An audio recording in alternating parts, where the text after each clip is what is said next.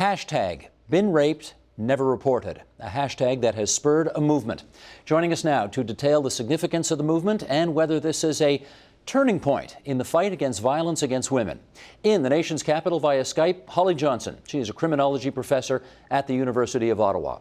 And with us here in our studios, Ann Theriault, blogger and author of the memoir, My Heart is an Autumn Garage. And Antonia Zerbezius, who just last week finished a quarter-century run with the Toronto Star. She's also co-creator of the hashtag Been Raped, Never Reported phenomenon. And we welcome everybody to our program tonight. Holly Johnson, I want to start with you first out of town. I'd like to get into some discussion about why this particular case, the Ghomeshi case, with its concomitant details about sexual assault, sexual harassment, why, in your view, has this been the one that has really got media, social media, parliament, people everywhere discussing? Well, you know, these things come around from time to time, and the media kind of jump on them and make a lot of hay out of them. And I think maybe Jian Ghomeshi had a long way to fall. He was held in very high esteem by very many people. He was a very good broadcaster, and so you know the media tend to fall on people who have a fall from grace, so to say. But I think also it comes on the heels of a growing discussion about sexual violence and harassment on campuses, for example, and in other venues.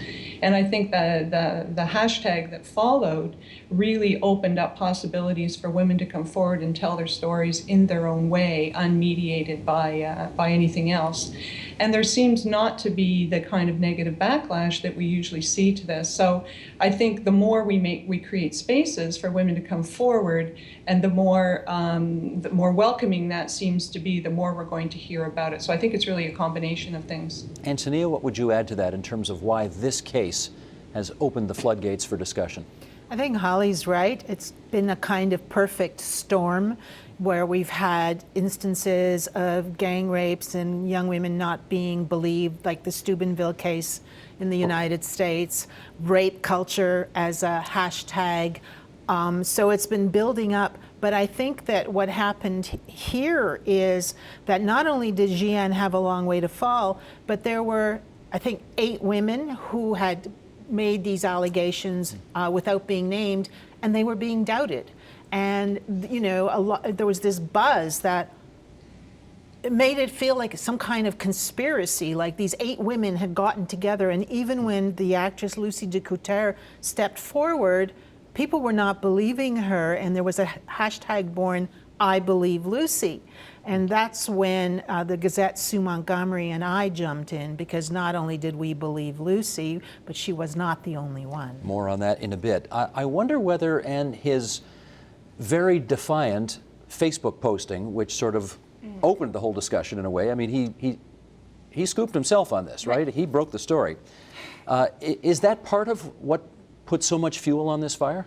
I think so, because he came out with this preemptive defense. Before anybody knew the details of the allegations against him, he was already calling these women liars and, you know, kind of what we now assume is this fabricated story of a jilted ex-lover.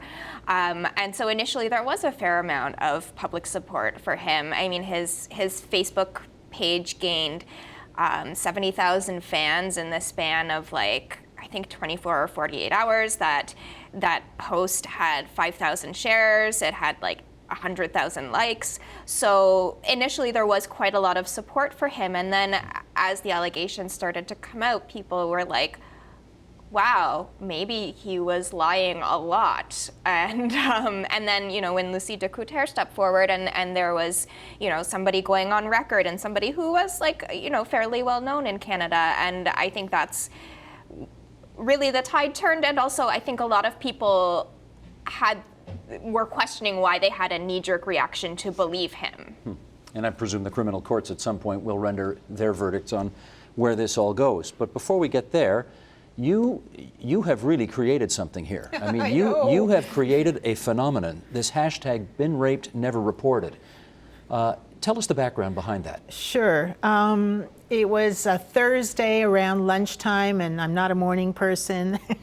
And I signed onto my computer, and Sue Montgomery of the Gazette had Facebook messaged me saying that she was really angry and outraged by the lack of belief of these women who had made these allegations. And let's start a list, she said. Let's start a list, and I'll sign my name to it, and you sign your name to it, and we'll pass it around. And then I said, well, maybe we should do it on Facebook. And then I just did it on Twitter. And I walked away, jumped in the shower, got into my car, went to the office, signed on at the office, and went, whoa. How many responses? At that point, I had no idea. I have no idea. I mean, Tons. it was tons and tons and tons. And then I just typed 3 more, my own story. I think the first one was 1969 about being in a basement rec room, 1970 about a hotel room, 1974 about a stranger on a plane. This is you, Yeah, it's your me. personal story, Yeah, and which you had not discussed publicly before? No, never, not publicly, never, not once. And only one of those instances had I ever shared with anybody, with only one person. I mean, even my sister called me on Saturday and she said, what? You know, anyway, so I typed those, and then I went out for drinks with some of my colleagues because it was my second to last day. And I came home, walked the dog, signed onto the computer, and it was trending in Canada. And then I watched it like till 3 o'clock in the morning just explode in the United States and around the world. I'd like to ask Holly Johnson what kind of impact you believe this new hashtag phenomenon has had. Well, I think it's, as I say, opening up an opportunity for women to tell their stories. And not only that, to expand the discussion about why women don't just come forward. And I think it's a very naive assumption that if a woman is sexually assaulted or she's sexually harassed, the first thing she's going to do is pick up the phone or go and run to the authorities. Women are shamed and blamed for sexual harassment and for sexual violence, and there are many, many, many good reasons why women don't come forward. And generally, what tends to go through the criminal justice system are cases that match the real rape scenario. So those that involve a stranger, severe violence, or threats with a weapon. The woman complained immediately, she was hysterical. That's the real rape phenomenon or stereotype that police tend to respond very quickly to and very aggressively to. Others, and of course others in the woman's social environment, but if others in the woman's environment blame her, or she blames herself, or if others minimize it or have another negative reaction, then it's not going to go very far. And women have internalized this blame and responsibility for sexual violence themselves. So I think it's important and valuable to open up this discussion that it is a very, very prevalent phenomenon, and we don't even tell our sisters. We don't even tell our sisters. No. That is correct. And that was a sister I shared a room with at the time the first incident happened. And I want to ask you about one of the other consequences of all of what's taken place online, and that is you don't have to say anything particularly controversial online sometimes to get a whole heap of you-know-what coming down on your head from the so-called trolls out there. Yeah. What have the trolls been doing with this? Because from what I've been able to tell, not much actually. Yeah, not as much. I'm not getting as many, Rape threats. rape threats and death threats as usual. And what do you infer from that? I think they're a little bit scared to touch this one. I mean, that's not to say that I don't think that they're out there, and they're still being very active on other hashtags. But I think maybe because the public response to this has been so overwhelming, that it's not as appealing to troll this hashtag. They're actually showing some discretion for a change. Maybe. Anthony, how about you? Did you get much blowback on this? Almost none. The only blowback I got was that, feminists are not allowing for men to tell their stories about being raped and not reported, which was not true. First of all, it was just a backhanded slap at feminists, but also that there were many men who were posting similar experiences, and they were being retweeted, and I certainly retweeted several of them.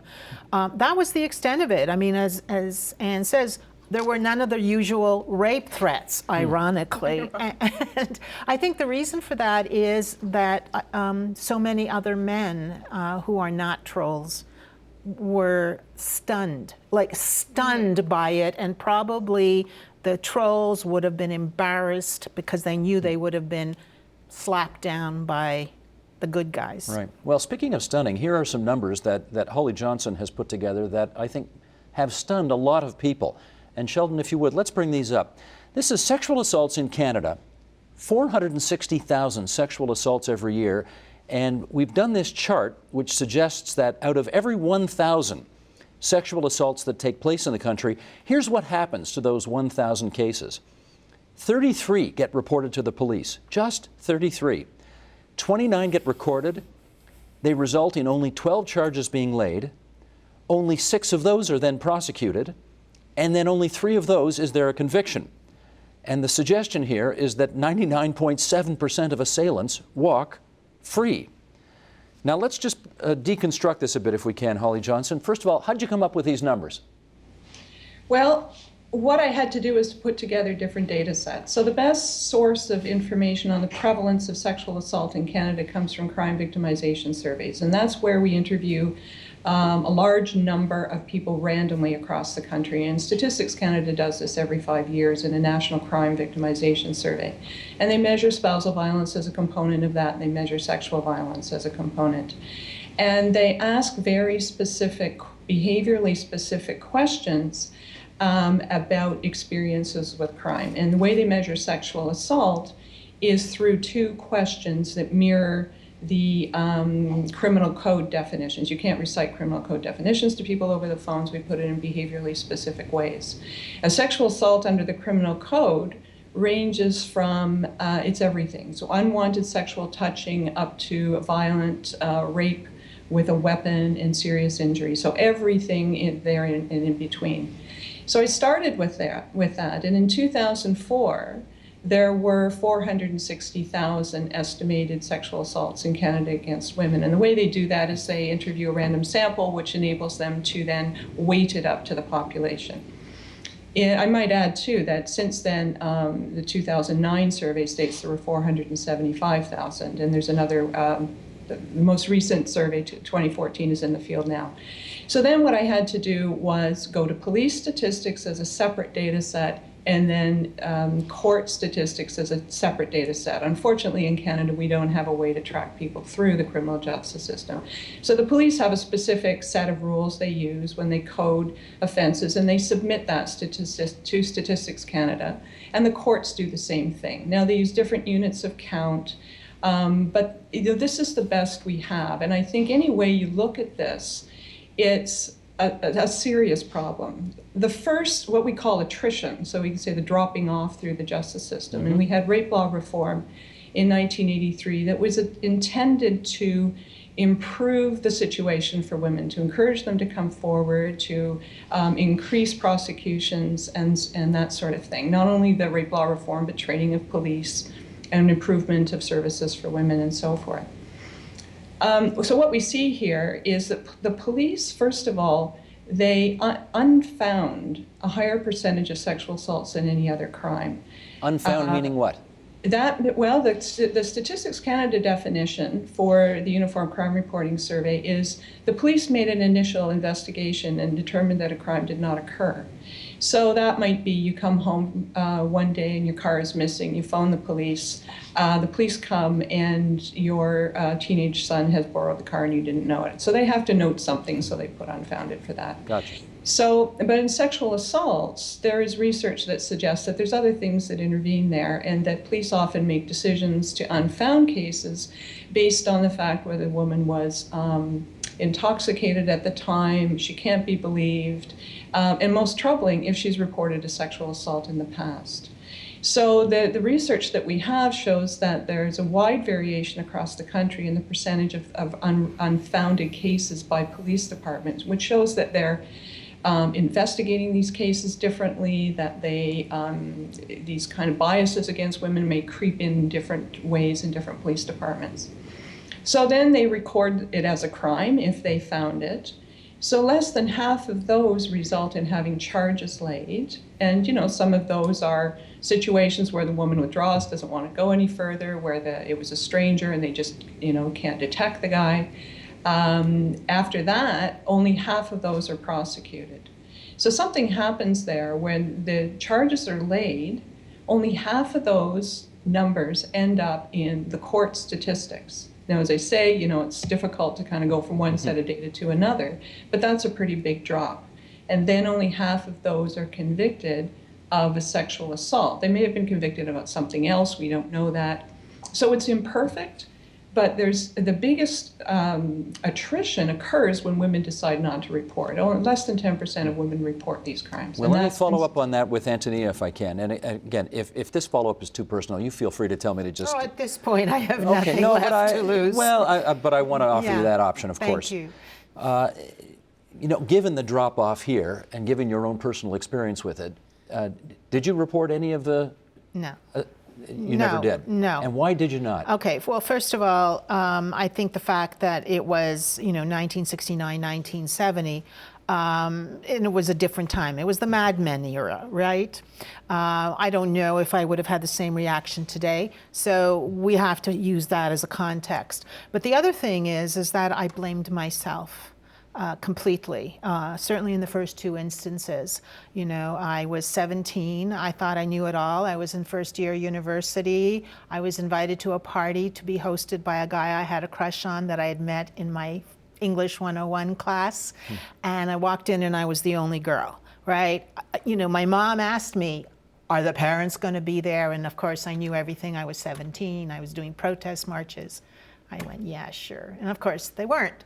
So I didn't want to come home and upset her, and there was no such thing as rape crisis centers or anything of that nature at the time.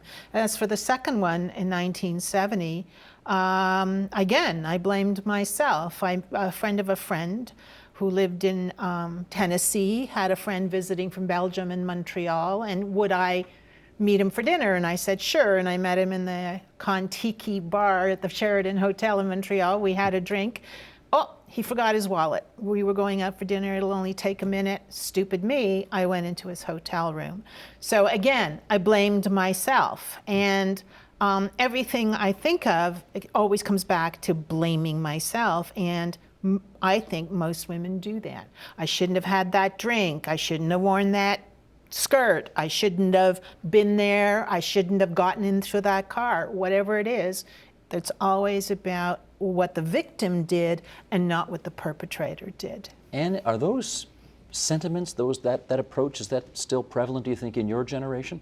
Oh, for sure. Still? For sure, yeah. I think a lot of the women that I know who have been sexually assaulted on some level blame themselves. And I think also a lot of people don't come forward or report to the police because they know that it's a lengthy process. It's very shaming to the woman coming forward. They ask you a lot of personal questions. And as Holly said, so few of them result in convictions that for a lot of people, it just seems pointless. In which case, Holly, what do you think authorities can do to make this less pointless and make it more approachable for women?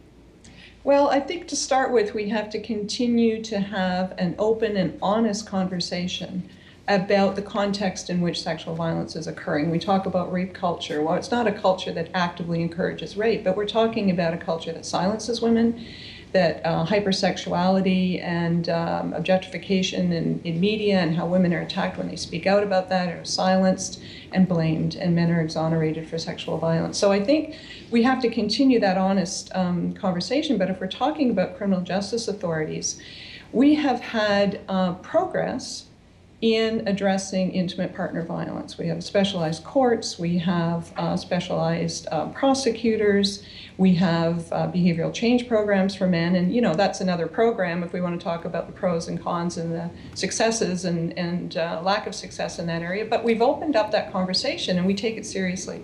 We have not done that for victims of sexual assault. We've made it extremely difficult They really run the gauntlet in the courtroom, and most women just want to put it behind them and forget about it and not have to go through that. And so I think we have to have an honest conversation about what goes on in the courtroom and how we can change that, how judges can call defense counsel on the tactics that they use, how we can provide better support. Some countries provide advocates and supports for women in the courtroom around sexual assault. So I think there's all kinds of things we can think about to improve the situation. But we also, I want to say, is we should not count on the criminal justice system on changing a vast social problem like this. It has to go much beyond the criminal justice system and engage everybody in changing these social norms. Well, having said that, the police chief here in the city of Toronto was asked to address this issue last week, and we have a snippet of tape of what he had to say, and then we'll come back and chat. Roll tape, please. With respect to any allegation of sexual assault or abuse within a relationship, we want to encourage any person who has experienced that and wishes to report the victimization to the police to come forward. And we undertake to deal with that very responsibly and to investigate those matters thoroughly. However, I think it's also important to remind any person who has experienced sexual assault or victimization that even if they don't want to report that victimization to the police for a police investigation, we would like an opportunity to connect them with victim services. There are many strong community supports available to people who have experienced the trauma of such victimization, and we want to be able to connect them to those services to help them recover from their victimization. And if they wish to then bring their complaint forward to the police service, we're quite prepared to investigate. And what did you think of that response?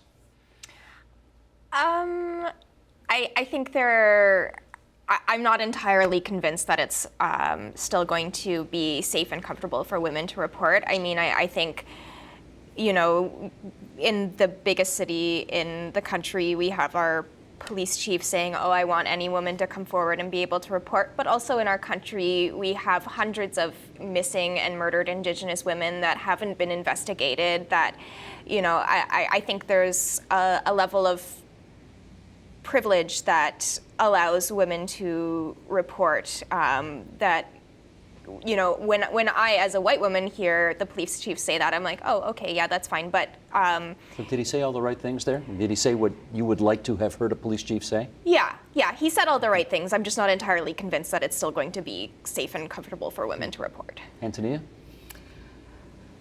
I'm really happy that Anne raised the issue of missing and murdered Aboriginal women, and I think that white women have it easier. This is not to say that we have it easy at all. And I also want to say, well, you know, great, thank you very much, Chief Blair, but the police itself is just part of the problem, right? It's the whole system, whether, you know, women get social support, whether women get psychological support, whether there are special units to deal with these things. I mean, Toronto may have one, but what about other cities? The universities, what kind of culture and what kind of education do they, you know, ensure, and how do they protect young women? I mean, the police are just a piece of it. Well, although he is the top cop, and he is saying... In one city. In one city, the biggest city, the capital city, and Right. he is saying, here's what I expect of, and here's what you can expect from our service. Does that Right. make an important statement in your view? Yeah, I think it does. But I also know what happens. I mean, it didn't happen to me, but I know from other women when the police show up. You know, if you had brushed your teeth which might have been your first instinct to brush your teeth, there goes the DNA, right? So there's no education of what to do. Like when you call 911, assuming you even call 911 first, you know, the 911 operator should say, don't shower, don't brush your teeth, just hang in there, you know. And that kind of thing doesn't happen, so there's no evidence. Gotcha. Here's an excerpt from a column Denise Balkasoon wrote in the Globe and Mail just the other day, which has stirred up a bit of discussion as well. There's been a lot of discussion about the allegations of violence currently facing Mr. Ghomeshi, and I didn't feel like I had an especially unvoiced opinion. Now, she writes, I do. My opinion is this: you're all full of crap. By you, I mean the people who are remotely shocked by this story. The ones who are saying that this right now is a watershed moment, that some collective we has finally had enough of violence done by men against women and will no longer allow for it to be swept under the rug. Okay. Holly Johnson, what do you think of that? Well, I mean, I hope that it's true that by bringing this out into the open that we are going to make some changes. And, you know, I don't want to go into this case specifically, but there does seem to be a lot of people who knew about it and a lot of people who didn't react appropriately when women came forward with claims of sexual harassment in the investigation. I guess we'll get to the bottom of that. But the problem is that a lot of allegations are ignored, they're minimized, they're swept under the rug. And, you know, if we're going to take this seriously now, good. If it is a watershed moment, good. But many of us have been working in this area and have had these watershed moments for many times. And unless the conversation continues, we're just going to go back to status quo tomorrow. And how hopeful are you that this actually is that watershed moment? I'm really glad that we're having this discussion and that a lot of people seem to feel like their eyes are being opened to the reality of what it is like to be a woman and what it is like to experience even very casual sexual harassment, which I think all women experience on a daily basis in very casual, minor ways, and then up to the more kind of egregious sexual harassment and sexual assault. So I'm glad we're talking about that. Like Holly, I'm hopeful that it will be a watershed moment, but there is so much to be addressed. It's so deeply ingrained in our culture that it's so far beyond just reporting it to the police and fixing the court system. You know, we need to talk about so many things. I don't even know where to start. Well, we're starting tonight and Yeah. hopefully encouraging the conversation tonight. In our last minute, Antonia, perhaps I can ask you whether you have found it empowering to finally get this terrible chapter in your history out there and have all the people respond as they have. I don't know if I would describe it as empowering. What I would say is that I thought I had buried it, gotten past it, gotten over it 40 years later, and every time somebody asks me, and there have been so many interviews this week, I've been saying, oh yeah, well, you know, 40 years later, la la la, right? But the more I talk about it, the more it kind of, I realize that it really has been eating me even when I haven't been conscious of it. And I want to say to all women who are being silent about it, you are being re-victimized, and you're allowing your soul and your heart and your memories to be colonized by your attacker. So I don't know how you can address it, but you've got to deal with it and don't let it eat at you. I want to thank the three of you for coming on to TVO tonight and helping us kickstart this conversation about a most difficult but important topic. Holly Johnson via Skype at the University of Ottawa, Ontario, the blogger and writer Antonia Zerbezius, formerly, strange to say formerly, of the Toronto Star, isn't it? After 25 years there, but there you go. A good run you sure had. Thanks very much, everybody. Support Ontario's public television. Donate at tvo.org.